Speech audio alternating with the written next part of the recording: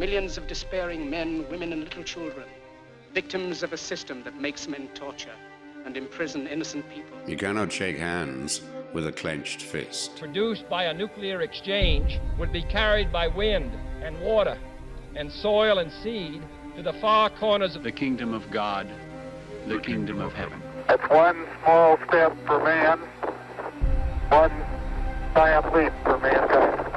We're not saying that planet Earth is coming to an end. We're saying that planet Earth is about to be refurbished, spaded under, and have another chance to serve as a garden for another civilization. Most of the people in here are just your reflections. They're your mistakes. 1776 will commence again if you try to take our firearms. 1 million of the planet's 8 million species are threatened. You are what you repeatedly do. Therefore, excellence ought to be a habit, not an act. Your lives and the credibility of the United Nations is at stake. Epstein didn't kill himself. The reason this is such an interesting time is not only because we're on the threshold of the end of this civilization. They're trying to take you out with bullshit. The experience of the past 2 years has proven beyond doubt that no nation can appease the Nazis. To those who can hear me, I say, do not despair. The misery that is now upon us is but the passing of greed, the bitterness of men who fear the way of human progress. The hate of men will pass, and dictators die, and the power they took from the people will return to the people. And so long as men die, liberty will never perish. In the language of the U.S. Department of Defense, these are unidentified aerial phenomena. Roswell's a very interesting place with a lot of people that would like to know what's going on. There is very compelling evidence that we may not be alone. This is the Garden of Doom. Guest Luke Michael Ironside, who is one of our favorite guests, and I think one of yours also. I can tell because his shows always do well, and his shows always do well sort of perpetually.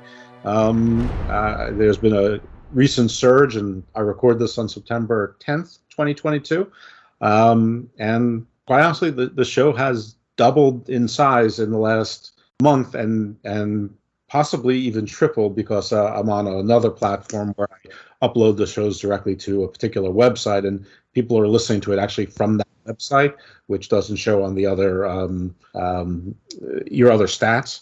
And I'm on two other websites too, where I don't have access to that information, and frankly, I haven't asked. But if it's anywhere close to what's happening on that other website, the show might have quadrupled in the last couple of like in the last month, which is great. And I know that Luke's shows are doing well because I still show them in the top 30, and they're not new shows. They keep popping up, and actually the numbers are going up, which means new listeners are not just listening once; they are going back and listening to old shows. So I thank all of the new listeners or newish listeners. I'm paying attention. Every one of you matters to me.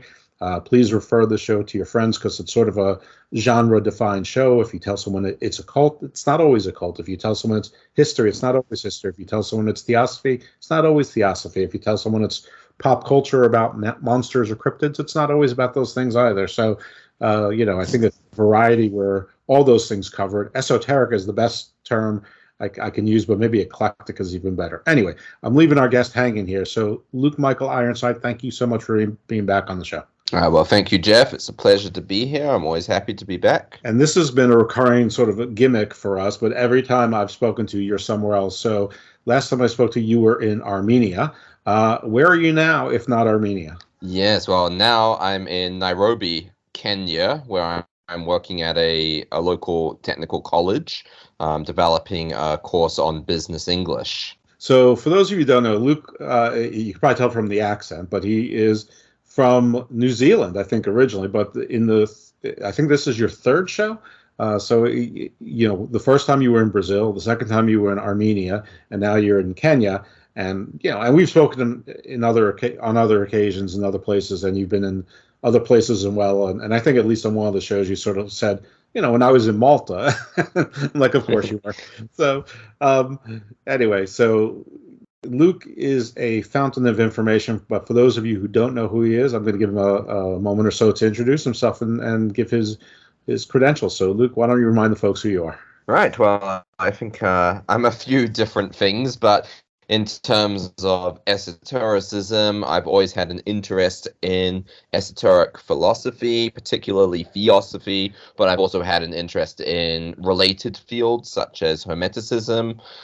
So I'm quite involved with the Theosophical Society. I served as the president of the Pranava Theosophical Lodge in the Philippines during my time living there. I've also been involved with the Virtual Center for Theosophical Studies and various other endeavors. I'm also interested in esoteric Christianity, and so I'm involved with the Old Catholic Apostolic Church, and I'm currently serving as the General Secretary of the Old Catholic Education Society, which hosts online events related to Old Catholic theology and liberal Catholic doctrines. So I'm very interested in Christianity, its history, its modern expressions, and specifically the esoteric side of Christianity, which I think is generally overlooked in mainstream denominations. So that's sort of me from the spiritual angle. Professionally, I'm interested in language, in linguistics, and the English language in particular, and I'm interested in education more broadly, in theories and methodologies of education. I'm also... I'm sorry, go ahead. Yes. Well, one last sort of area I'm very interested in is genealogy and family history. I'm really fascinated in this field, and recently I've become quite involved with that. I'm serving as the dean of the Society of the Descendants of the Conqueror, which is a lineage society for descendants of William the Conqueror and his wife Matilda of Flanders, and I do some work for the Augustine Society in the USA in that capacity. And that's it, huh? Nothing else. Well, I think there's always room for more. I'm interested in many different areas, and if I can get involved, if I can do something in these different areas, I like to, I like to be practical. I like to. It's all a learning experience. I'm a student in all of these areas and a master of none, but I like to be a practical student. So when I'm learning, I like to engage with the topic, engage with the area, and get involved in some way as part of the learning experience. And you're also a cleric in the Old Catholic Church, right? That's right. I am a cleric in the Old Catholic Apostolic Church. And I think for those who don't know, when we say the Old Catholic Church, we don't mean the Catholic Church, the Pope in Rome. It's actually the Old Catholic Apostolic Church, which is, I'm not going to speak for anyone, but my understanding is that it's a modern church that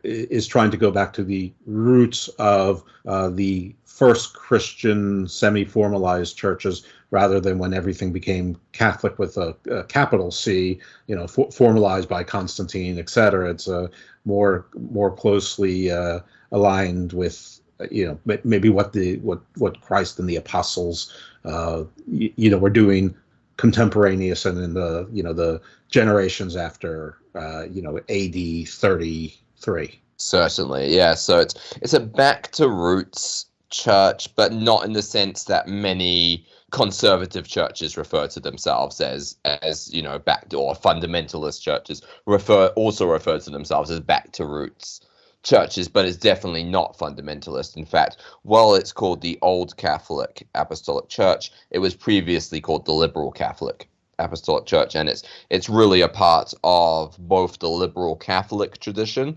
which had roots in theosophy, and the Old Catholic tradition, which broke from the Roman Church over doctrinal issues. Yes, so it's a merger of the two. And the Old Catholic Church is essentially Catholicism without the Pope. It was all about the infallibility of the Pope, which caused the break from the Church. Whereas liberal Catholicism is a completely different analysis and understanding and approach to Christianity. It's definitely a return to roots, and even a return to a basic reevaluation of questions about the afterlife, the nature of Christ, the the nature of the priesthood. It's a different approach to all of this, but it uses a lot of the Anglican language. The liberal Catholic Church was founded by 2 Anglicans, and so a lot of the language is Anglican. A lot of the ideas also are similar to those of the Church of England, whereas it's definitely more liberal, a bit more progressive, at the same time keeping the fundamental, most important aspects of Christianity at the heart. Okay, well, that's a lot there, and I thank you for that, and hopefully folks can look into that if they're interested. And Luke's been on the show periodically, so you can check out the prior shows, and he probably explains this probably similarly, but maybe more, or maybe just a little bit more to supplement the information. And lastly, Luke is also involved in the same conference that I'm affiliated with, which is the NACON conference. So it is if you are in London, there is a physical location, but it's mostly a virtual show. So for those of you who are interested, it is, I believe, October 29th and 30th. And tickets can be found, and information. You have to go there just for tickets. You can see if you're interested first. But https:// capital N, capital A, capital C, lowercase ON. So that's NACON dot capital E, event, Eventbrite is one word, capital EVENT brite.co.uk. So that is information on the conference if you're interested. Hopefully you are. And I don't think the virtual tickets are particularly expensive. And it seems like it's a 2-day affair, so you'll get the content both days. And I think I think there's also a way afterwards to purchase it perennially so that you always have it. Anyway, today's topic is Hermeticism. And Hermeticism is one of those words I've heard but never really know exactly what it means. I still don't, which is why Luke is here. It is not related directly to Hermes, the Greek god, the messenger of the gods. I'm not sure if it's directly related. I know it's not related to the French fashion house Hermes. And I'm not sure if it's related to who's sometimes described as Thoth Hermes, or Hermes the Atlantean. Perhaps it is, or at least those philosophies are. I'm not sure. I think that the whole Atlantean thing sort of is trying to talk about universal truth as a mother culture. So maybe there's the connection. But those are just my musings at this point. I have an expert here on it. I know he says he's not an expert, but he is. So Luke, why don't you tell us about Hermeticism? And you're the teacher, so I guess you can sort of take it from the top. What's the name all about? And I guess, start from the main precepts. Right, certainly. Well, first of all, Hermeticism, to understand Hermeticism, we want to go into the roots of the word. And as a language teacher, I like to do that, as we've done in previous shows. So yes, Hermeticism comes from the name of Hermes Trismegistus, and now he's a bit of a mysterious figure, and what we would perhaps call a legendary or semi-legendary figure, historically speaking. And to understand who Hermes Trismegistus was, we need to understand the culture of the time. So essentially, this was a time when there were 2 great nations, two great civilizations, sort of at the head of sort of philosophy and religious thinking, and these were Greece and Egypt, right? Which would later go on to influence and have this huge impact on Rome, the Roman Republic, the Roman Empire, and then obviously through that onto Christianity, and through that onto the Western world and onto modern civilization. So really we're going back to the roots of civilization to understand what Hermeticism is. And this mysterious figure, Hermes Trismegistus, he was a syncretic figure. He was a merger of the Greek god Hermes and the Egyptian god Thoth. So it was a merger of these 2 gods in this kind of philosopher figure, and he's sometimes referred to as the first philosopher. Now, there's different kind of perspectives on how historical he was or how legendary he was. Certain religious systems see him as a historical figure, and you can find him in particular mentioned in Islam, where he's a figure mentioned in Islamic writings, and also in the Baha'i religion, which is a more modern, recent syncretic religion. But essentially, he may or may not have existed, and that's not really so important. I always think the historicity of a person is not the important aspect. What's important are the ideas which lie beyond the either historical or legendary figure. And we find the same ideas with, say, to take a more sort of well-known figure, we could compare Hermes Trismegistus to the figure of Christ, in that Christ is also a semi-legendary figure, in that while he almost certainly existed, and there's plenty of evidence to suggest that he did, the nature of Christ and who Christ was, what Christ said, what Christ did in the 30 years before the Bible speaks of him, is all kind of unknown. Right, and Hermes Trismegistus is similar in that he's a figure who's had a huge impact on the world, but his origins or his historicity are unknown. It's the same as Christ in that sense. Yeah, there's a lot of figures in what we call history that it's not quite clear that they were historical. I mean, not just Christ. There's Moses. To a lesser extent Arthur, but when you were describing Hermes Trismegistus, I hope I pronounced that even close, I was thinking Merlin, sort of the philosopher that went from place to place, and maybe like the Dalai Lama, the title was passed along. Apparently Merlin means magician. I don't know. This is a sort of an aside, but are you familiar with the work of Ralph Ellis? No, the name doesn't ring a bell, actually. Okay, that's fine.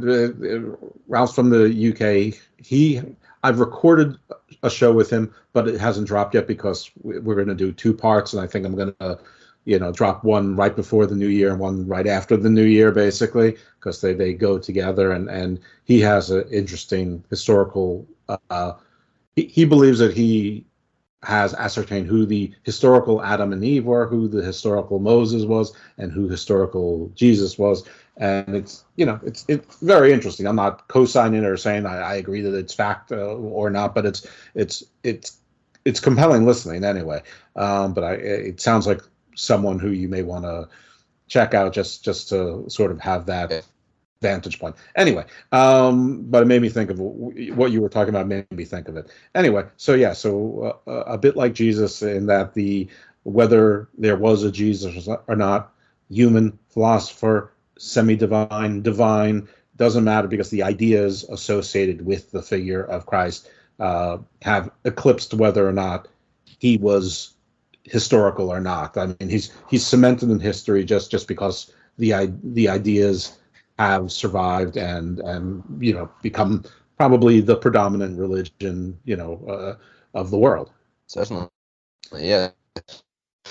Okay, so back to it's interesting you mentioned Arthur and Merlin. Yeah, go ahead.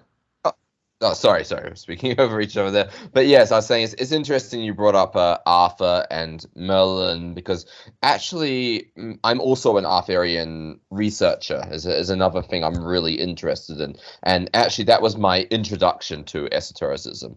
I became interested in sort of esotericism and the occult through really originally a childhood fascination with Arthur and Merlin and the Merlin's sort of druidic connections.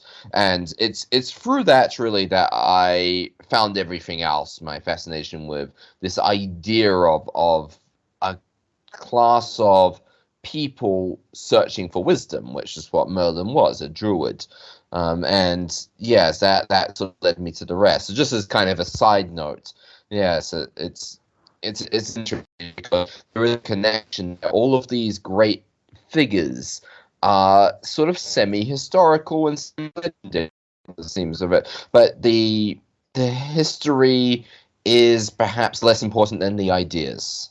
Yeah, and as it's funny you should say that you're also a student of Arthur, because A, of course you are, and B, we're actually going to be doing a little series here on Arthur. One that's part of what Mr. Ellis is going to be covering in part 2, and then I have another prior guest of the show, Laurel from the Midnight Myth, who is probably going to talk about Arthur more from the more traditional literature, pop culture sense, but I'm not even sure. I don't know what her presentation is going to be. And also Mark Ollie, who also has theories on Arthur and Arthurianism. And, maybe I'll ask you to join in on that too at some point, and we'll get to it, because I was always going to get to Arthur. I just didn't think I was going to get to Arthur served 3 ways, or what might end up being 6 or 7 ways.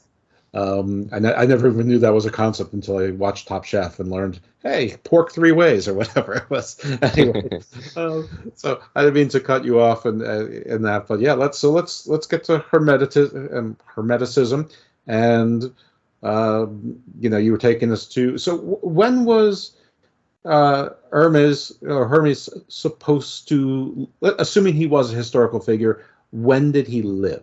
Well, that's a good question, but considering that there is no evidence of his existence, of his physical life, of his existence, there's only the ideas that emerged. So basically what happened was these ideas came about as Hermeticism, and they were attributed to this figure, Hermes Trismegistus. So that means we don't really know when he lived. There is no evidence of his existence, therefore there's no sort of date that we can pinpoint his existence. But all we can really look at is the ideas and the name, going into the etymology of his name, and consider that this must have been at a time period when both Greece and Egypt were sort of significant, but because credit combination, it was probably sometime during the Hellenistic period.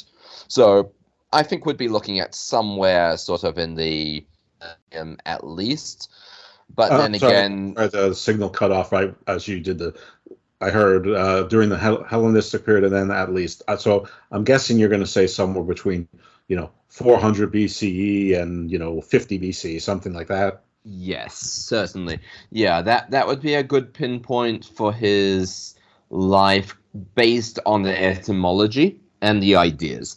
But as often is the case, it's quite possible that a figure existed earlier under a different name, and that this name was a later sort of addition to the story. He may not have originally carried this name. He may have been a figure with any name. He was sort of traditionally considered to be an ancient Egyptian priest or philosopher. So yes, considering that, he could have sort of lived in any period at which Egypt was at its height, and this may have been before the Hellenistic period. But it's not a title like Caesar or Pope or Dalai Lama. We believe anyway that if there is a historical figure, that it was a singular person, and maybe with followers, but not sort of like a mantle that the popes change their names. A lot of times kings change their names once they get crowned. It's not someone who took on the mantle, or do we not even know if that's the case? Yeah, it's difficult to say, in that some historians have the perspective that he's simply this syncretic combination of the god Hermes and of the god Thoth, which is possible. So an invented figure based on these two gods. So that's one perspective.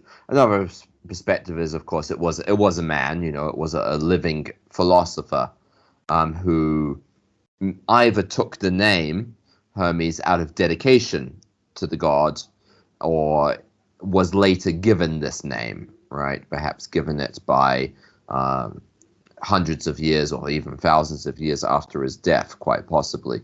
So the simple answer is we don't know anything about this guy. If he existed, did he live? Was he real? Where did he originate? We really don't know. So we know a lot more about the ideas, but very little about the figure. Okay. Well, So we have here the name Hermes, and you're indicating that it's sort of the merger of the Greek god Hermes, which is the Roman god Mercury, possibly has parallels in other panoplies as well, or pantheons, sorry, and the Egyptian god Thoth. Now, Hermes, I know that the Greek gods are typically attributed, which, with a bunch of things that they're associated with. Hermes was the messenger of the gods, but I think he was also the god of medicine, not necessarily healing, and probably a few other things. Thoth, as far as I know, was like a god of wisdom. I'm not sure if I'm correct about that. So is Thoth and Hermes, are they sort of the same gods of different panoplies, or does it actually a merger of two different gods to put their associated characteristics, traits, powers, whatever you want to call them, together? Right, that's a very good question. And yes, actually, the simple answer is that Thoth is the Greek equivalent of Hermes. They are essentially one and the same god, which explains the name, especially considering that he's usually referred to as an Egyptian figure. He's often considered to be an Egyptian priest or an Egyptian philosopher. Now, that doesn't necessarily mean much, because when you consider the death of Alexander the Great and what happened to his empire after that, and sort of the rise of Hellenistic Egypt, it's quite possible he was Greek or Egyptian or both or one or the other. It's very hard to say because of the extreme merging of cultures which happened in that period, right? Right. Unless he predated the Alexander's reign, which is possible as well. So, for folks who don't know, and I have to think that most of my listeners probably know this stuff already, but for new listeners or maybe listeners who don't know or just checking this out, Greeks was sort of the rulers of Egypt for a while under Alexander, and one of the reasons that Cleopatra, which was in the Roman era, was so popular is that she spoke Egyptian. Most of the pharaohs and the people in the Egyptian royal house didn't speak Egyptian. They didn't even bother to learn. They spoke Greek because Greek was the language of the aristocracy and the learned. And that happened in a lot of cultures. In ancient Britain, only the Druids were allowed to read and write. In Tsarist Russia, the court spoke French. So apparently King George III didn't speak English; he spoke German. So this was not unusual, really, until even recent times. It's sort of like, most of my audience is American, so figure America under the rule of the British. Is someone British or are they American? There's a lot of British customs here, and at certain points it becomes indistinguishable. But the hoity-toity, the creme de la creme, the high society in colonial America, probably want to associate themselves with the crown and lords and and royalty, and probably spoke more of the Queen's English or the King's English then. Well, the King's English now. Excuse me. I just forgot the Queen just passed. So this is very common for another country to have a huge influence over another country, and looking at it in modern times, it probably doesn't make any sense. But Alexandria is named after Alexander the Great, just for example. So, okay, that little sort of footnote aside, I give the floor back to you. Right. Yes, definitely. And so that I think in some ways that cultural exchange makes it more difficult to sort of identify who he was, because this is at a time when, just after Alexander's sort of conquering of so much of the world and the influence of Greece, and also the beginnings of the rise of Rome, all these things sort of happening at the same time. There was this great amount of cultural exchange, and so it makes it more difficult to identify where he was from, who he was. And the fact that he carries the name of a god also makes it a bit more difficult to identify, was he historical? Was he simply a mythological figure? Was he somewhat semi-historical or somewhere in the middle of all that?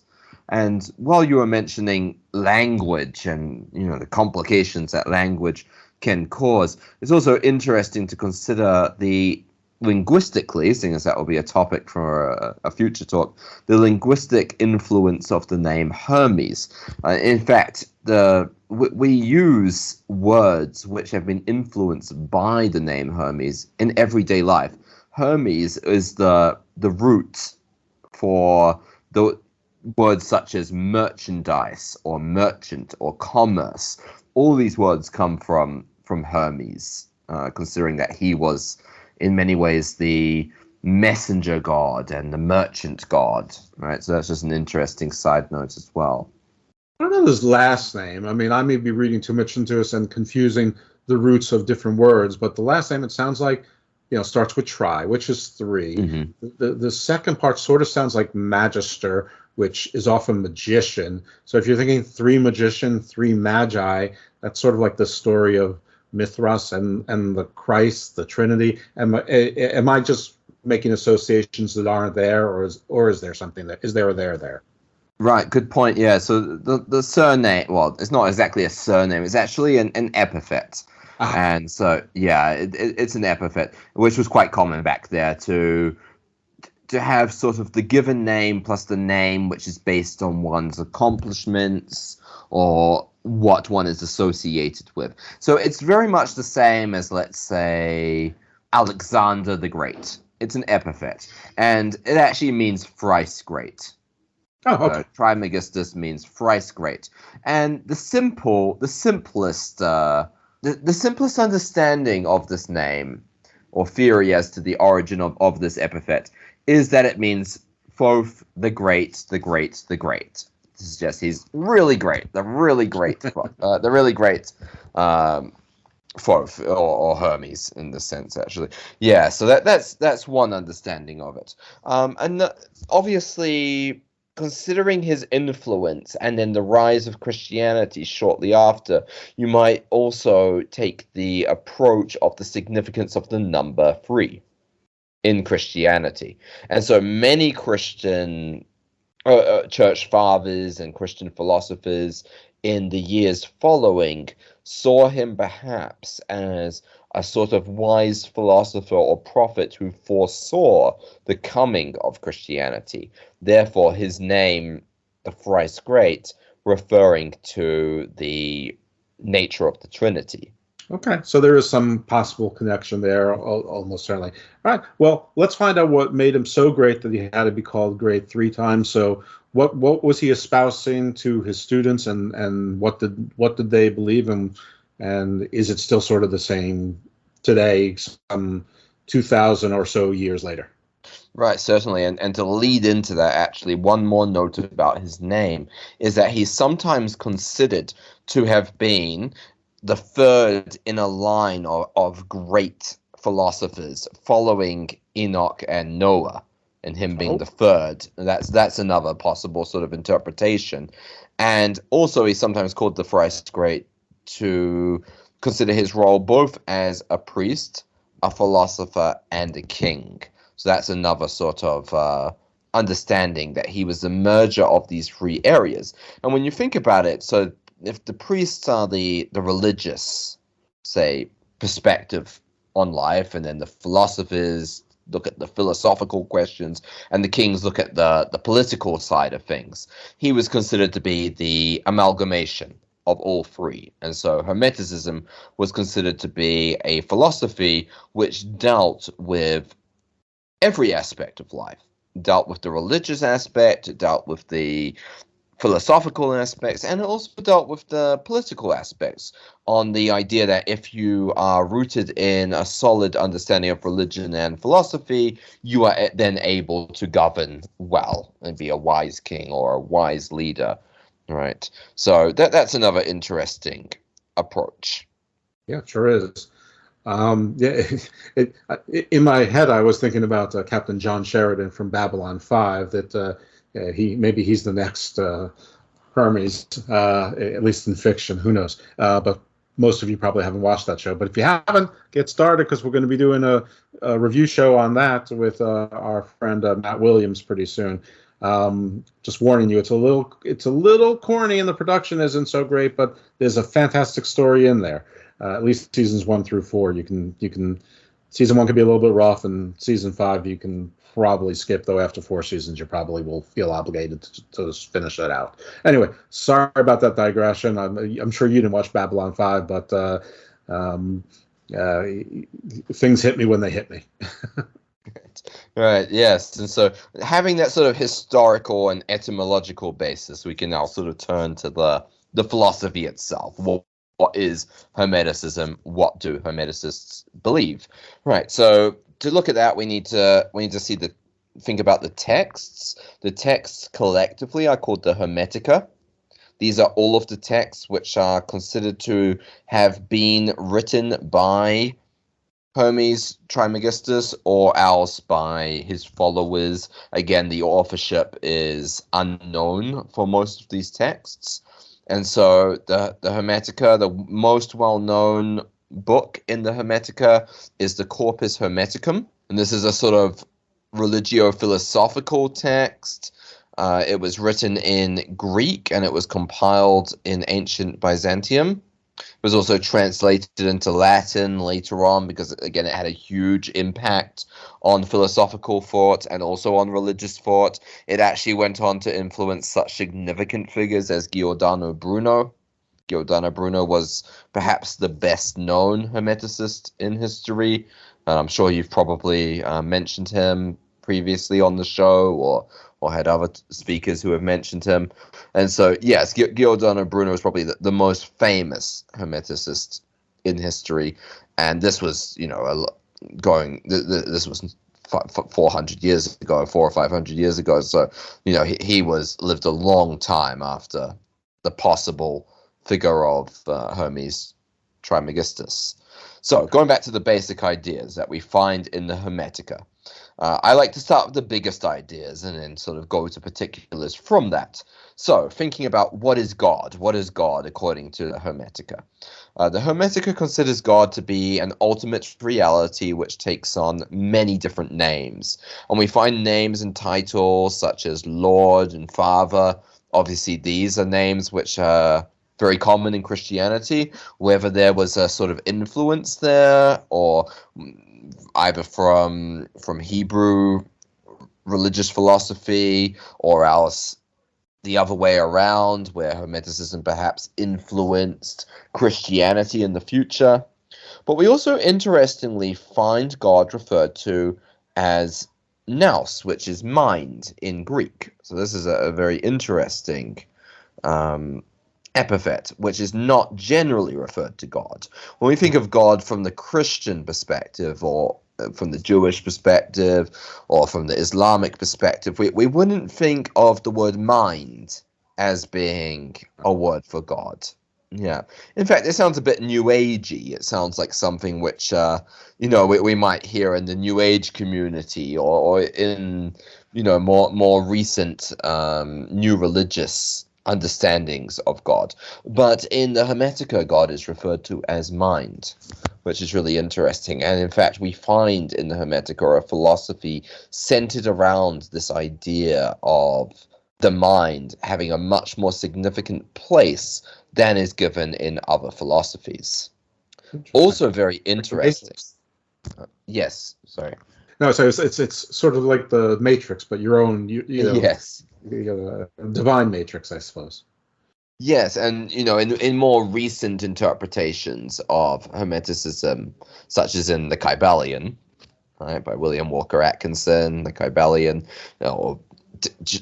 traditionally attributed to the three initiates, God is referred to as the universal mind. Right, so we have this conception of a universal mind, a single consciousness in which we all share. So this is an idea that we do find in the Hermetica, yes, and that relates also to another very important epithet, which is the all or the one. So while in Christianity God is referred to as a singular entity in the sense that he is three in one but singular. These three are not distinct, they are essentially one being. We also have this idea in Hermeticism, except Hermeticism sort of expands this to include everything in the universe, observable or not. So to simplify the answer as to who is God, or perhaps better, what is God, according to the Hermetic understanding, the answer would be that God is everything that is, was, and will be. The totality of existence, both manifested and unmanifested. And this is an idea in theosophy as well. Yes, and also in Hindu theology. In Hindu theology, you have the idea of para Brahman. So to understand the idea of God in Hermeticism, it's very helpful to compare it to the Hindu idea of para Brahman, the absolute, this not quite a being as such, but being itself.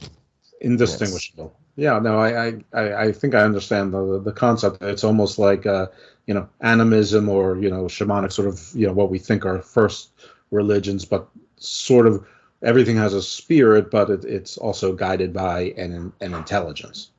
Yes, and interestingly, the Greek word for all is pan. And if you think about it, this is the root word for pantheism. Mm-hmm.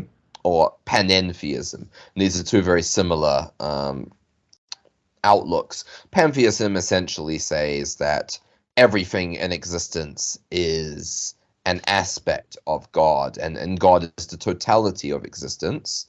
Panentheism states that God is the totality of existence and extends beyond existence, is more than what we know, right? So I'd say technically Hermeticism is closer to the second of those two. God is everything, but more than everything. Right. God exists outside of our time, in our time, but beyond it as well. Yes, because the problem with a consideration of everything is there's always the limit to what we know of everything. So essentially, the distinction is simply that there is much we don't know, that we don't know, what's outside of this universe. Are there multiple universes, or is this universe infinite? And sort of panentheism states, well, God is that as well, the extras, whatever's outside of this universe we inhabit. Yes. And so the essential theology therefore states that God is both the all, the create and the creator of all. So it sounds like a paradox or a contradiction, because how can, if God is essentially the universe, if we're using universe in the broadest possible sense of the term to mean everything that is, or the multiverse or whatever we might say, then how could the universe or the multiverse have created itself? So that's sort of the mystery which is found in this philosophy of Hermeticism. And further, a very interesting idea, which is also a very central idea in theosophy, is that all created things existed first in the mind of God. Therefore, that God envisioned everything in existence, right down to the details, right down to this very moment, in his mind before it came into existence. Therefore, God is not just the creator, but is in fact the nature of the cosmos itself. He is the essence or the nature of the cosmos, the substance from which everything comes forth, but also that governing principle which orders it and puts it into, sort of keeps everything in order and prevents everything from falling into chaos or anarchy. Okay, well, that sort of makes sense. Yes, and so the all, to use the Hermetic term rather than God, because obviously God was not the term used, but God is a helpful term, and a term which was actually applied later by Christian theologians who were very influenced and interested in the Hermetica. Yeah, so the all is transcendent, as the creator, as the creator of the universe, transcendent in the sense that the all exists beyond the universe, but also immanent, being the universe itself. Was the term that was used, if it was not God, was it the all or was it the mind? Yes, the all was used. Also, the mind, nous, in Greece, in Greek. Yes, both of these terms were used in their Greek equivalents. Certainly. Okay. Yeah. Okay. All right. So I think that the concept, while it's enormous, is rather easy to understand. Is that yes, God is both designer, creator, controller, and knows what's going to happen next as well, because it's already been done in God's mind. Certainly, and I think that's what's really interesting about Hermeticism, is that it is perhaps the simplest religious sort of philosophy which has been presented to the world.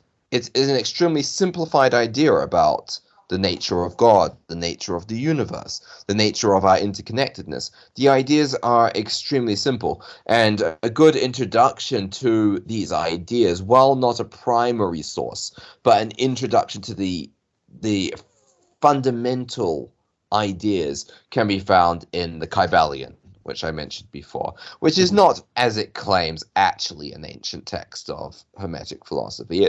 It's a reasonably modern text written in the early 20th century by one American lawyer by the name of William Walker Atkinson. But despite that fact, it actually does manage to capture these ideas and put them in a modern language very easily. So that really important concepts in Hermeticism. One is theologia. This means a singular doctrine, a single theology. And the idea in Hermeticism is that there's one truth, one true theology. But this isn't in the sense that one religion is right and all other religions are wrong. Most religions will agree with the idea that there is one true theology. There's one truth, right? But the problem I find in many churches or in many denominations is the idea that, we're right and you're wrong. Right. We have the truth. Now, the difference in the Prisca Theologia, in this doctrine of Hermeticism, is that all religions have the truth. And in fact, they all teach the same thing. So essentially that this one truth was given by God to humanity, and due to the cultural differences, due to different languages, different interpretations, this one truth took on many different mythologies and forms. Right. So essentially, the idea in Hermeticism is that Hermeticism, Christianity, Hinduism, Islam, Buddhism, they all teach the same thing. They're all one and the same truth, the same theologia, clothed in different forms. They have their different mythological figures. They have different languages. They also have different laws or customs based on the particular interpretation. So there's because just because, say, Christianity says one thing and Islam says another, and the two disagree with each other, according to the Hermetic understanding, this is a conflict which has caused the conflict, not a conflict with the basic idea. It's a cultural contradiction. It's a cultural interpretation of the one truth. So people misinterpret or interpret correctly depending on where they are, and that's also part of the God foresaw that in fact and made it so. Yes, yeah, essentially. So for example, if one was to consider certain restrictions, for example, you shouldn't eat this food, or people, men or women, should dress in this or that way. These are like interpretations of the one truth, but not the one truth itself. The one truth is more universal in its understanding. So the one truth is commonly, a common example of it is the doctrine that one should treat one's neighbor as oneself, right? To be brotherly towards one's neighbor, to treat one's neighbor as oneself, to love thy neighbor, this kind of idea, right? So this is a concept which can be found in all religions. It's universal. So this would be considered to be a part of the Prisca Theologia, a part of the Hermetic doctrine, which is universal. But a particular restriction like wearing a burqa or not eating pork or something like that, which might be found in one particular religion. Now this is considered to be an interpretation of the universal truth, but not the universal truth itself. Okay, I mean, I understand the distinction. I sort the big question, which I probably can't ever be answered, is, well, why? And besides, there's bigger things than why can't somebody put a slice of cheese on a cheeseburger or a hamburger, versus why is there war, famine, and plague? I don't know if Hermeticism gets into that, and I don't know where that comes up in the story. But I mean, I understand what you're saying, that there's a distinction between human customs and practices, which vary by community or within the community, and I guess people can sort of self-govern on those things, as long as they're going in the direction of the universal truth, or maybe not even as long. It's all part of something that, it's all part of God's plan. I mean, I guess, is that the bottom line? Yes, essentially, and another really good way to understand the distinction, and sometimes this is called the esoteric and the exoteric, the inner and the outer. Another idea would be that all religions teach to cause no harm, right? They teach non-violence, they teach peace, they teach causing non-harm. And this is interpreted differently by different religions. So if one was to consider the vegetarianism of many Hindus and Buddhists, this is taking that universal truth of, so I was talking about vegetarianism as an example of the principle of non-harm. All right. Yep. So in Hinduism and in Buddhism, this is often taken to, non-harm is taken as to mean that one should not eat meat. Whereas in Christianity, the principle of non-harm is interpreted as one not committing acts of murder or violence against others. Yeah, well, of how a universal principle can take on different. Right, and I'm sure that the folks out there are saying, well, explain this, explain that. I'm not going to ask Luke to do that. I don't know that he can. Well, then explain the Crusades, or explain jihad, or explain witch burnings, whatever. Yes. I'm sure there's examples everywhere. And then if everything has life, plants have life too. I'm not asking Luke to do that. He's just explaining the beliefs of Hermeticism. I know it's very tempting to say, well, explain this, explain that. No, I'm not doing this to the poor guy. I don't know that he wants to or can, and we'd probably be here forever and never reach a conclusion anyhow. Right. Well, that's actually a really good point. I want to attempt to explain the contradictions which obviously take place in all religions, but just to briefly comment on it. So again, Hermeticism does talk about that by saying that there are perfect truths. The truth is one, the truth is perfect, and these are perfect principles, but humanity, being imperfect, is unable to apply perfect truths. So it's impossible. There is no one religion that could implement these truths perfectly, and therefore all religions will result in violence and in these kinds of contradictions to their teachings, right? There's no sort of solution to that due to the imperfection of humanity, would be the basic answer of that. Well, so it sounds like some sort of Ragnarok or Armageddon or Revelations, whatever you want to call it, down the line, no matter what, endgame. I think that's that's pan neutral is endgame, or is this not is this not oh my God, what's the word I'm looking for? Is this not such a universal end? Is that not part of the belief system?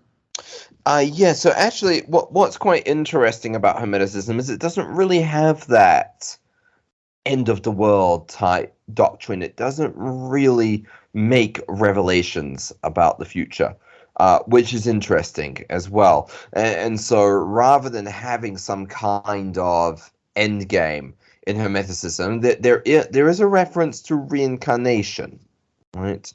And actually I can quote from one of the Hermetica, in which Hermes Trismegistus asks, "O sun, how many bodies have we to pass through?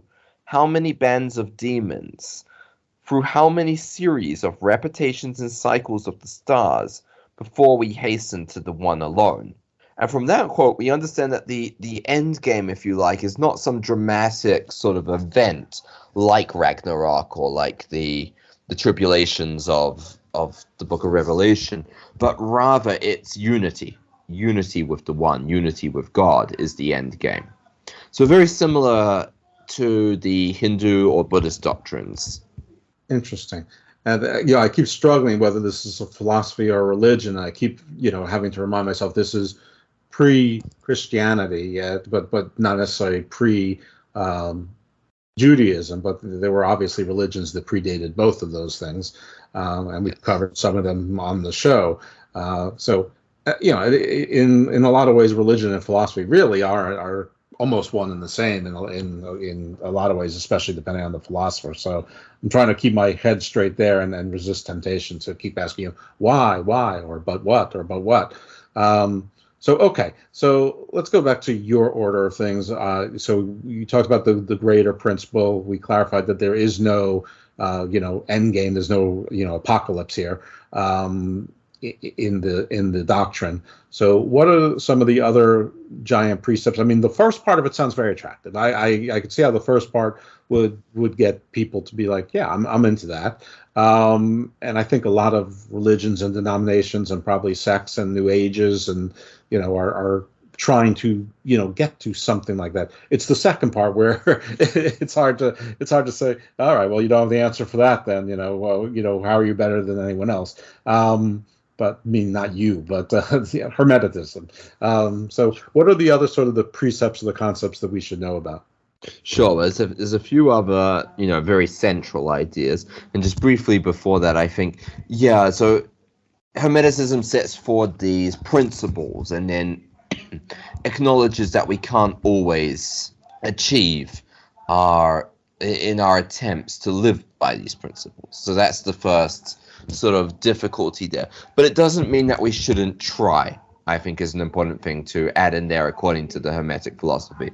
So Hermeticism might say, okay, well, these are the universal principles. Religions fail to live by these universal principles while still holding them as parts of their doctrines or theologies.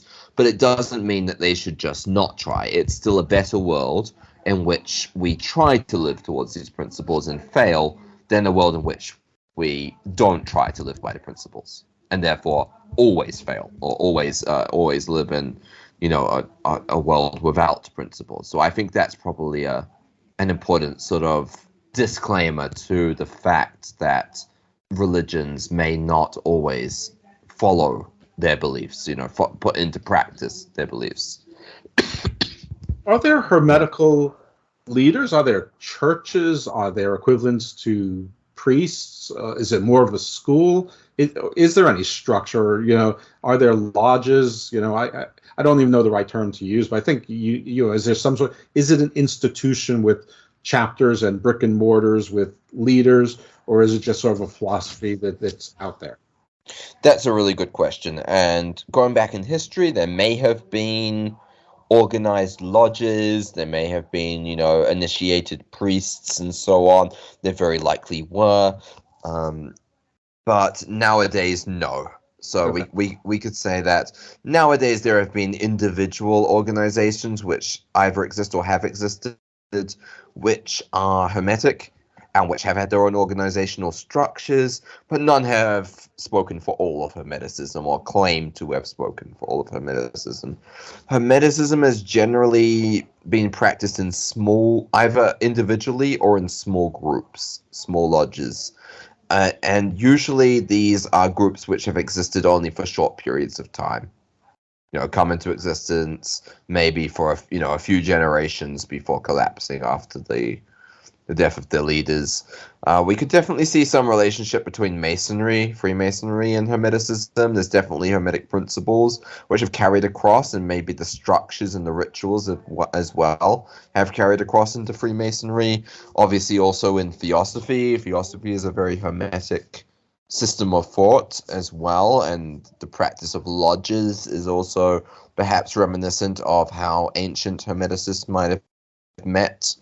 But no, there's no organization. There's certainly no sort of head of Hermeticism or priests of Hermeticism. So really, it's quite an individual thing. It's a philosophy where certain groups might say that they're influenced by Hermeticism.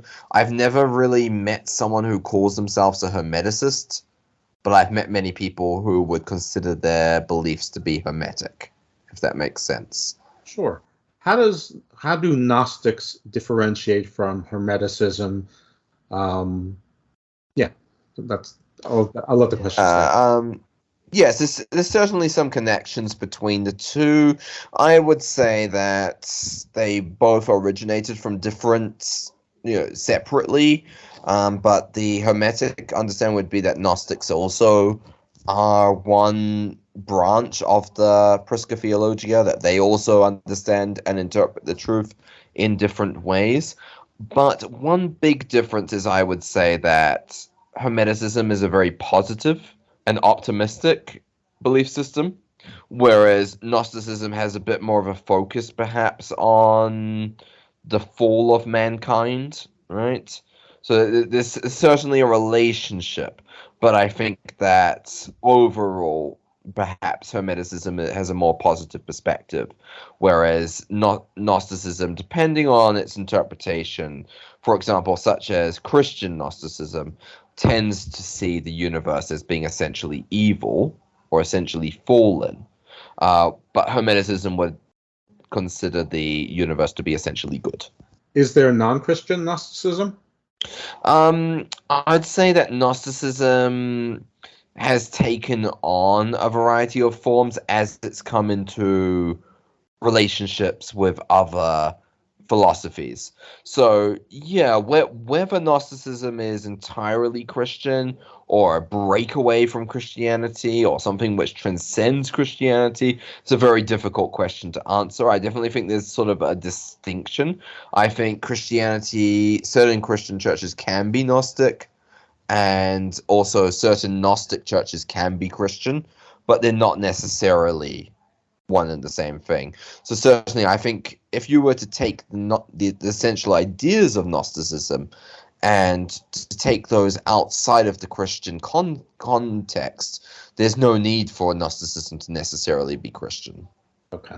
How about your church, the Old Catholic Epistological Church? I mean, is it similar to Hermetic, or is it similar to Gnostic, or is it neither of those things? Good question. Yeah, so it technically it's neither Hermetic nor Gnostic. It's in many it's simply a Christian church which is open to esoteric ideas. So it doesn't mean that everyone in the church is esoteric or that esotericism is taught in the church. It means that members of the church and members of the clergy are free to explore esoteric without considering them as necessarily being in contradiction to Christian ideas. Now, this is a bit different from, say, the Roman Catholic Church, which would consider many, not all, but many esoteric ideas to be sort of in contrast to church teaching. So rather, we are free to kind of explore esoteric ideas and those alongside Christian ideas, and then make up our own mind as to whether it's acceptable or not. So let me come up with some examples and see if I have this right or wrong. So in the tradition, the Catholic Church, obviously if you engage in witchcraft or follow, Wicca a little bit, well, Wicca is a religion, so you couldn't do both. But if you were exploring it in the regular Catholic Church, that would be considered, a heresy or a sin or anyway. So there'd be recrimination. But in the Old Catholic Church and Hermeticism, it's okay. It's okay to experiment. I don't know if there's a line anywhere where once you cross it, it's not okay.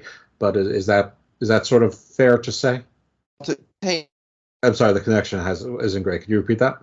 Yeah. How about now? Better. Okay, yes. So, well, to paraphrase from the Old Catholic Apostolic Church's website, the Church neither encourages nor discourages an exploration of esoteric systems or theosophy. Okay. And Yes. but I'm right about it has roots.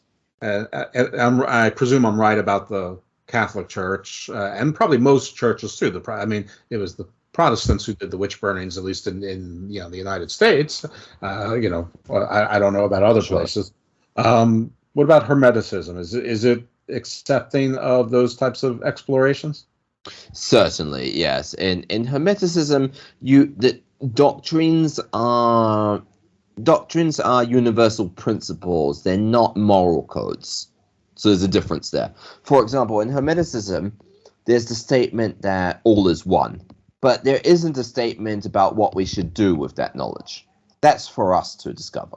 So instead of saying all is one, therefore we must dedicate time to charity, or we need to do this or do that, it kind of leaves it to the individual to interpret, well, what do we do with the universal principle? And so in that sense, it might sound like it's less practical, but actually I think that's not the case. So if we were to consider what religions generally do, a religion might say, give a universal principle. For example, in Christianity, we get the principle that everyone is created in God's image. Therefore, we should respect all people. We could say churches will teach us that we shouldn't be racist, we shouldn't discriminate against other people, we should be of service to other people, we should try to help the poor, and so on. So that's giving kind of an interpretation of the universal principle. In Hermeticism, you'll get the universal principle, but you won't get the interpretation. You have to make the interpretation. Okay. Very interesting. Are there any other major precepts major or important, maybe if they're major, of Hermeticism that everyone should know to better understand it? Because I feel like I've sort of taken us off the path asking about Gnosticism and the Old Catholic Church and things like that. So I want to make sure we sort of stay on path. Sure, yes. Well, I can give one more sort of major principle, which is, of course, the Hermetic axiom, as it's often called, as above, so below. So this is a really famous axiom, of course, and it's really influenced the occult and esotericism perhaps more than any other singular statement, I think.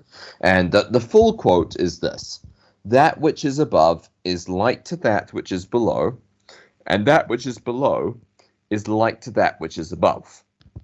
Very simple idea. Again, really simple, just like the idea that all is one and that God is both immanent and transcendent. Really simple ideas, but really amazing, deeply philosophical ideas. These are not ideas which can be easily dismissed or easily set aside. It's not a radical idea. If you were to consider this idea in contrast with the idea of the resurrection of Christ, for example. So in Christianity, a fundamental idea is the resurrection of Christ. Now, this is an idea which really challenges you. It's a really difficult idea to accept because it defies ordinary logic. It defies ordinary ideas of science, of biology, of how the universe works. But when you take a Hermetic idea, as above, so below, it doesn't defy logic. It doesn't defy your basic ideas. It might not be, it's not the way we normally think, but it's an entirely rational idea, which is interesting. So it's both rational, but also not in the way that we usually think about the world. Yeah, and so, I hear that statement all the time. I hear it in astrology. I hear it in numerology. I hear it in all sorts of contexts. And this might be a Dan Brown thing. I don't know, but I somewhere in my head I thought that's how the Star of David was formed. You took two triangles and you sort of merged them together, and that was the as above, so below. Now, according to what my understanding is that the Star of David came from King David, or at least that era, which is before Solomon, before Christ, and certainly before Thoth, Hermes, Trismegistus. So is this something that existed before and Hermeticism adopted, or is Hermeticism actually the origin of it, and so it's been applied sort of it's been retrofitted or prospectively fitted into other philosophies or belief systems. Yeah, it sort of could go anyway. I mean, again, with something being a universal principle, Hermeticism would say that all of these ideas predated Hermeticism. Every idea is universal. Hermeticism claims no intellectual property rights on it. No. In fact, it says, of course it existed before because it's a universal truth. We're just codifying that we accept this as a universal truth. Exactly. So Hermeticism would say that, oh yes, this is the same idea that you're going to find in Judaism, in Christianity, in Islam, Buddhism, Hinduism. You're going to find it in all of these belief systems and in extinct belief systems. You're going to find it in all because naturally you will. It's universal. So that there's certainly no claims that no ideas in Hermeticism are new. No ideas in Hermeticism originated with Hermeticism as such, except that. I'm sorry. Yes. Finish your thought. Well, that was it. Just that none of the ideas of Hermeticism originated in Hermeticism. Hermeticism just sort of stripped away some of the mythology, some of the outer baggage that maybe comes along with these ideas in many religions. Am I correct that is the origins of the Star of David? Well, as for the Star of David, which was something I was going to come back to, yeah, it's definitely one of the theories that the Star of David is consisting of an upward pointing triangle and a downward pointing triangle, and therefore it suggests the connection and unity of spirit and matter. That's definitely the sort of theosophical perspective of it, and that's definitely one of the theories put forward. Whether the idea of the Star of David predated the Hermetic sort of the Hermeticism itself, in the sense that the discussion of this idea of as above, so below, or whether later the relevance of the Star of David as through Christianity, through the spread of Christianity, perhaps attracted the attention of some Hermeticists and therefore they adopted it. I'm not sure which way around this happened, but it's an important Hermetic symbol in modern Hermeticism. Whether it was an ancient Hermeticism is unknown. Right. And I hear the Da Vinci Code fans out there yelling at me. No, Jeff, he said that it was the chalice and sort of the knife, sort of the feminine and the male, sort of penis and vagina sort of merging to show the duality of nature, that Gaia and Uranus converged, or I probably have the characters wrong there. But Taoism, everything, the duality. So I know that but my understanding is that those things are not in conflict either. Though I'm sure there are some sects and denominations that feel there are, but that certain symbols are so universal that they can blend more than one universal truth into one simple symbol. So Da Vinci Code fans, yes, I remember the Da Vinci Code. In some ways it plays some role to blame in this show being in existence, as does Land of the Lost. So reconcile that, folks. But okay, I don't know if you want to add anything to my most recent meandering, or if you're just going to let it lie with me and continue on with your cogent discussion. Right. No, I think that's all relevant actually to what we're discussing. Really, also what you said, that the idea that symbols can also have more than one meaning, and I'd actually say that every symbol has more than one meaning. There is no symbol which can take on a singular meaning. Symbols must have multiple meanings. Then that's because symbols are not the principles themselves. And it's that's something that I think many people forget, and that we forget all the time, that principles are not symbols. For example, to take a really controversial example, if we're to consider the swastika instantly sort of attracts revulsion, anger, maybe sadness. These sort of extreme emotions instantly come from the swastika. But the swastika doesn't only mean what it was very sadly abused to manipulated to mean during what was actually a very short period of human history. Imagine the fact that for thousands and thousands of years before that, it had a completely different, very positive, deep spiritual meaning. It's just incredible how a symbol can change in its meaning, but nowadays many people would attach this singular interpretation to it, right? And instead of recognizing the many sort of distinctions in its interpretation. And the same could be said of the cross. The same could be said of the Star of David. The same could be said of any of these things.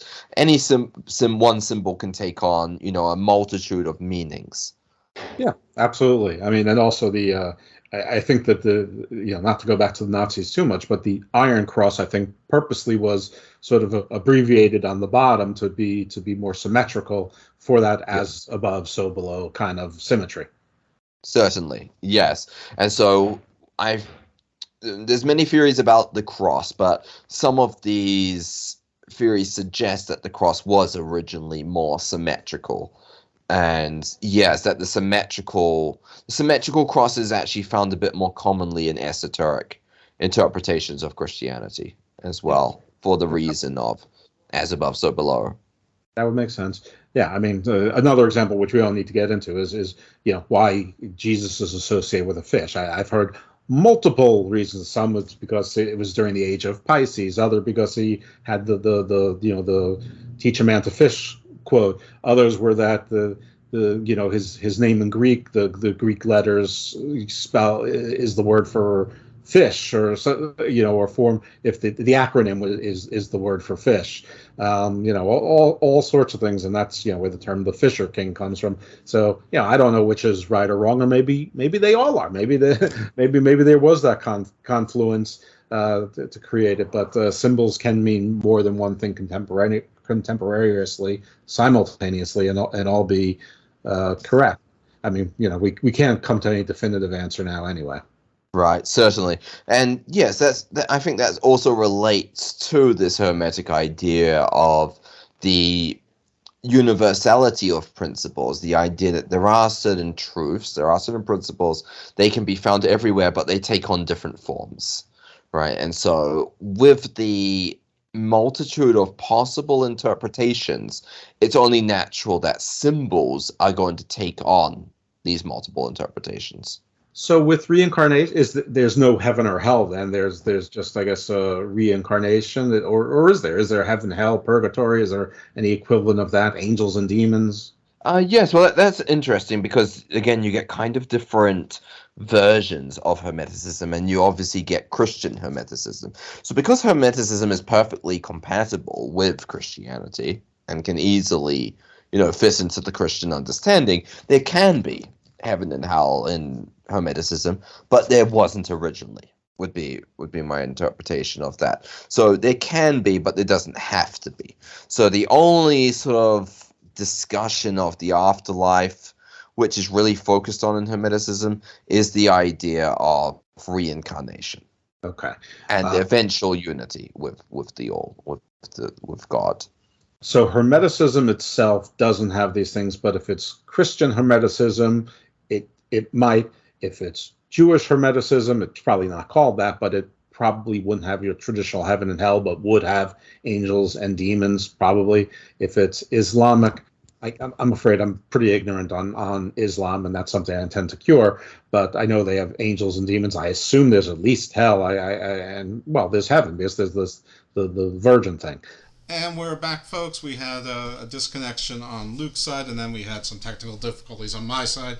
But I was doing my public meanderings about heaven and hell and angels and demons. So if it was a Christian Hermeticism, Jewish Hermeticism, Islamic Hermeticism, it might in fact have those things, but Hermeticism itself doesn't necessarily have the heaven and hell. I don't think we got a definitive answer on angels and demons, but I assume it's the same, that whatever your other faith is, that is supplemented by your Hermeticism or completed, or vice versa, that those concepts would fit into Hermeticism equally. Right, exactly, yes.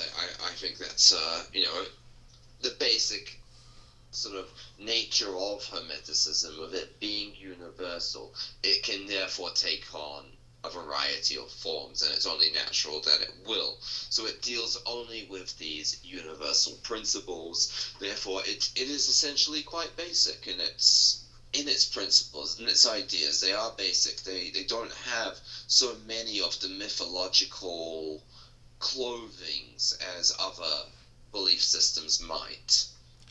Is there, I mean, I know we already established that there's no sort of priests or lodges. Is there some hierarchy, some guide, some pastor in Hermeticism that when someone comes in from another religion, they say, okay, here's the things that are universal in your religion and our belief systems, and we want to slowly get you to this line, to this universal truth? Or is it's none of that? It's you believe what you want to believe. God already knows what's going to happen anyway, so it's all, you know, it's all good. We want everyone to be good and adhere to universal truths, and love thy neighbor, but we're not really trying to do conversions. Yeah, I'd say it's much more the sort of the latter, in the sense that Hermeticism doesn't attempt to convert. It's usually been more of a mystery school throughout the ages, and as a result, it doesn't seek converts. Definitely the beliefs would not be pushed on anyone. In fact, the Hermetic principles in most, let's say, Hermetic groups which exist or have existed would be taught. The individual's beliefs would not be questioned, but the individual would be encouraged to question their own beliefs. It's very much an individualistic philosophy, in the sense that you don't have to fit in. You're not expected to accept any one thing just because it's a Hermetic principle.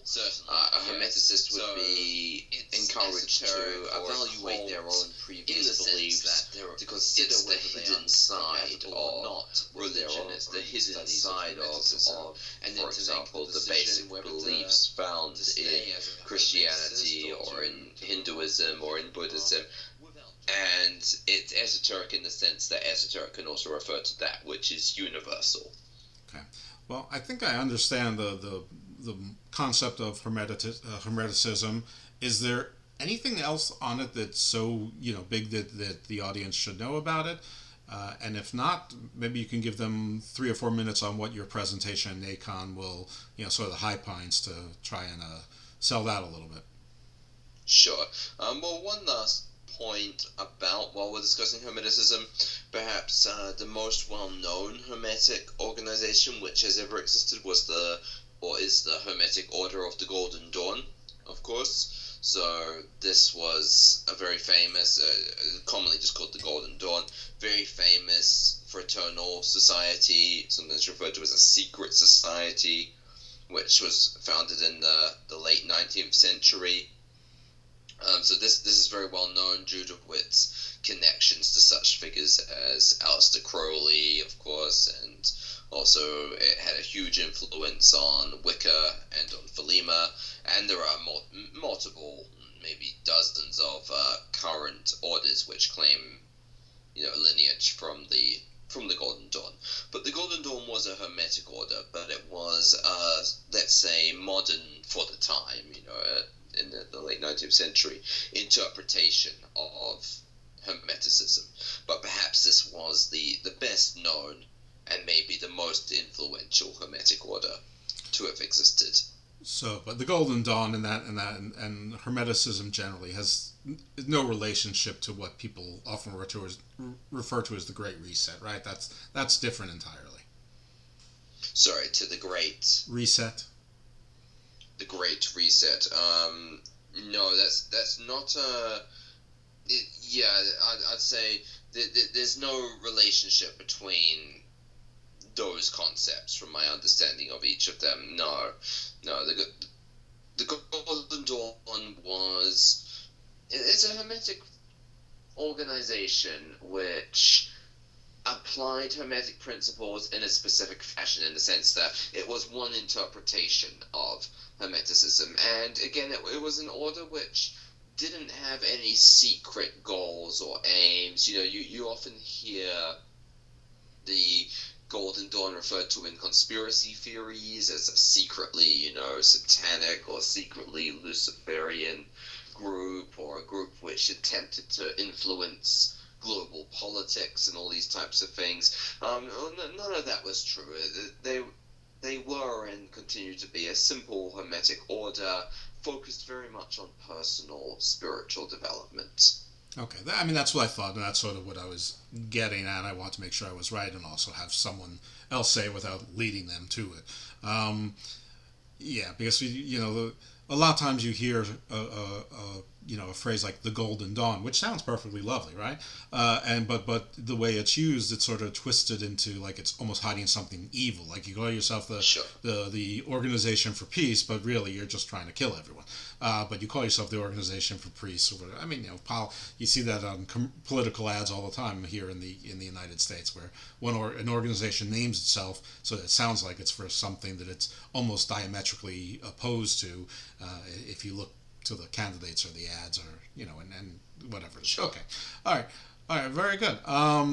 So fascinating stuff. I knew almost nothing about what Hermeticism was, and you know, hopefully the audience didn't either, or if they did, this you know helped reinforce some of their understandings. And as always, if anybody feels like they have a counterpoint there, they can reach out to me. I'm easy to reach. Twitter or Facebook are probably the easiest places. The Garden of Doom has a web page. Facebook page, and on Twitter I'm at IcarusFellMD. So very easy to reach, and I'm generally pretty responsive as long as I know that you're a real person and not trying to sell me, you know, something OnlyFans. So back to the NACON thing. What in general is your presentation going to be on? So why would people want to pay to hear you if they're not already convinced by this fantastic show and the Lilith show and the theosophical underpinnings of Lucifer, which over a year later still is one of the most popular shows monthly? Did I lose you? Right, well, yeah, I've actually been asked to expand. Yes. Are we connected? Yeah, I'm sorry, go ahead.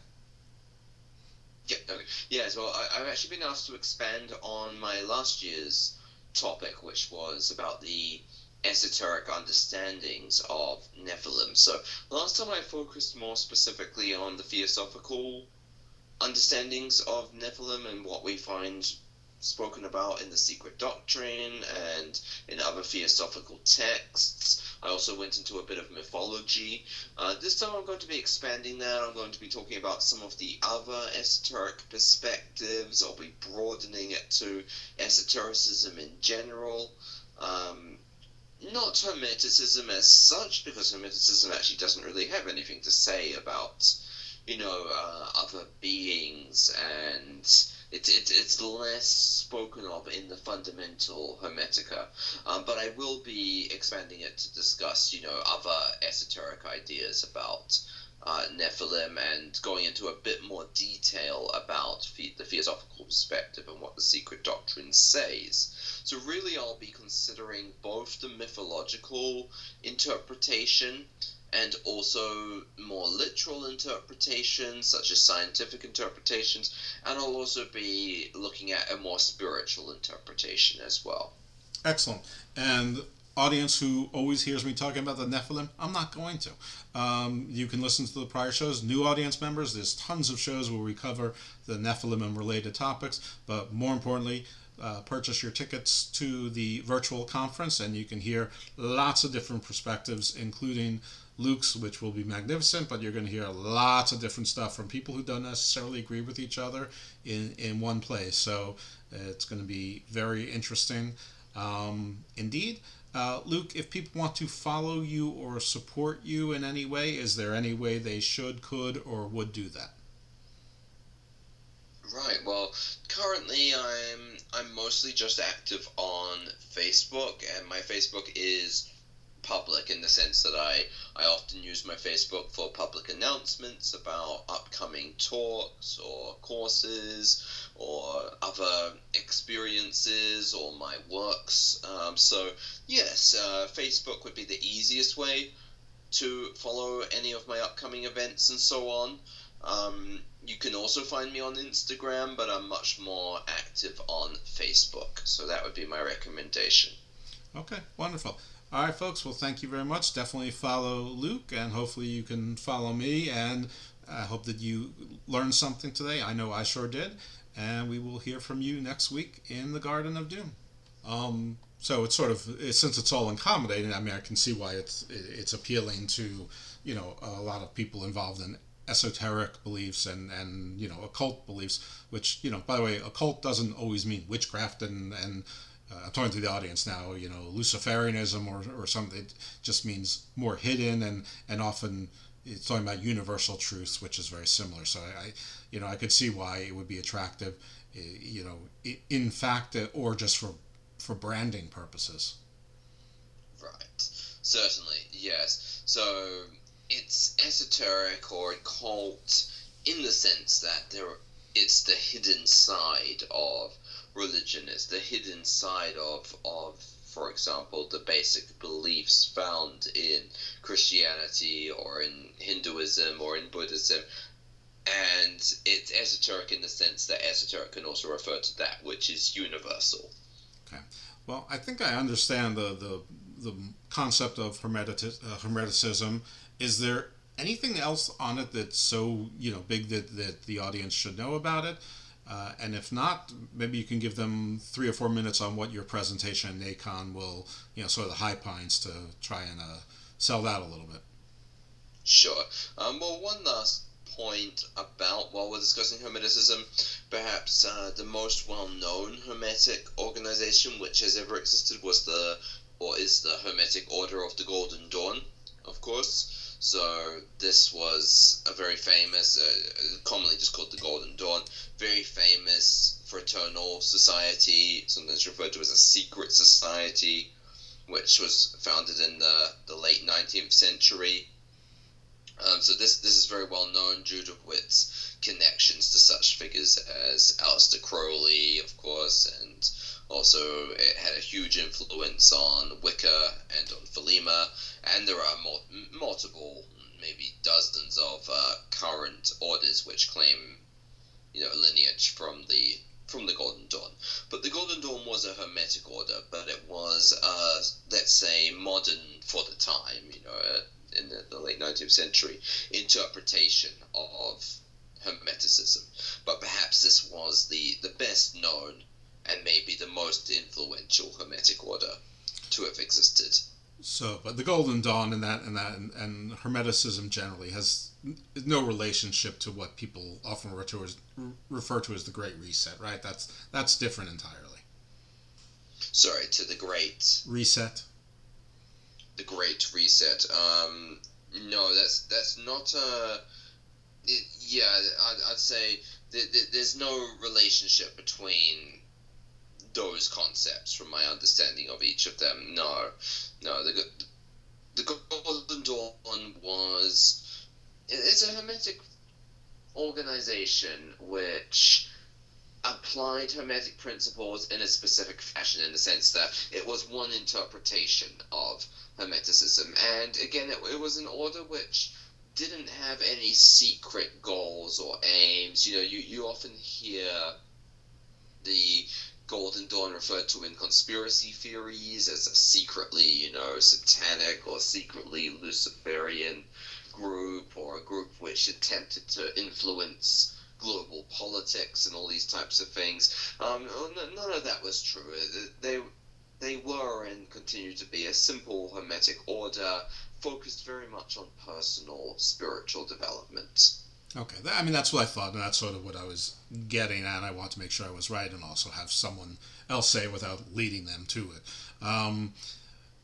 Because a lot of times you hear a phrase like the Golden Dawn, which sounds perfectly lovely, right?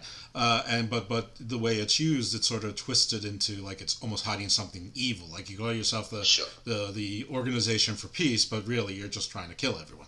But you call yourself the Organization for Peace, or whatever. I mean, you see that on political ads all the time here in the United States, where an organization names itself so that it sounds like it's for something that it's almost diametrically opposed to. If you look to the candidates or the ads, or and whatever. Sure. Okay, all right, very good. So fascinating stuff. I knew almost nothing about what Hermeticism was, and hopefully the audience didn't either, or if they did, that this helped reinforce some of their understandings. And as always, if anybody feels like they have a counterpoint there, they can reach out to me. I'm easy to reach. Twitter or Facebook are probably the easiest places. The Garden of Doom has a web page. Facebook page, and on Twitter I'm at IcarusFellMD. So very easy to reach, and I'm generally pretty responsive as long as I know that you're a real person and not trying to sell me, something OnlyFans. So back to the NACON thing. What in general is your presentation going to be on? So why would people want to pay to hear you if they're not already convinced by this fantastic show and the Lilith show and the theosophical underpinnings of Lucifer, which over a year later still is one of the most popular shows monthly? Did I lose you? Right, well, yeah, I've actually been asked to expand. Yes. Are we connected? Yeah, I'm sorry, go ahead. Yeah, okay. Yes, well, I've actually been asked to expand on my last year's topic, which was about the esoteric understandings of Nephilim. So last time I focused more specifically on the theosophical understandings of Nephilim and what we find spoken about in the Secret Doctrine and in other theosophical texts. I also went into a bit of mythology. This time I'm going to be expanding that. I'm going to be talking about some of the other esoteric perspectives. I'll be broadening it to esotericism in general. Not Hermeticism as such, because Hermeticism actually doesn't really have anything to say about, other beings, and it's less spoken of in the fundamental Hermetica. But I will be expanding it to discuss, other esoteric ideas about Nephilim, and going into a bit more detail about the theosophical perspective and what the Secret Doctrine says. So really I'll be considering both the mythological interpretation and also more literal interpretations, such as scientific interpretations, and I'll also be looking at a more spiritual interpretation as well. Excellent. And audience who always hears me talking about the Nephilim, I'm not going to. You can listen to the prior shows. New audience members, there's tons of shows where we cover the Nephilim and related topics, but more importantly, purchase your tickets to the virtual conference and you can hear lots of different perspectives, including Luke's, which will be magnificent, but you're going to hear lots of different stuff from people who don't necessarily agree with each other in one place. So it's going to be very interesting indeed. Luke, if people want to follow you or support you in any way, is there any way they should, could, or would do that? Right, well, currently I'm mostly just active on Facebook, and my Facebook is public in the sense that I often use my Facebook for public announcements about upcoming talks or courses or other experiences or my works. So yes, Facebook would be the easiest way to follow any of my upcoming events and so on. You can also find me on Instagram, but I'm much more active on Facebook. So that would be my recommendation. Okay, wonderful. All right, folks. Well, thank you very much. Definitely follow Luke, and hopefully you can follow me. And I hope that you learned something today. I know I sure did. And we will hear from you next week.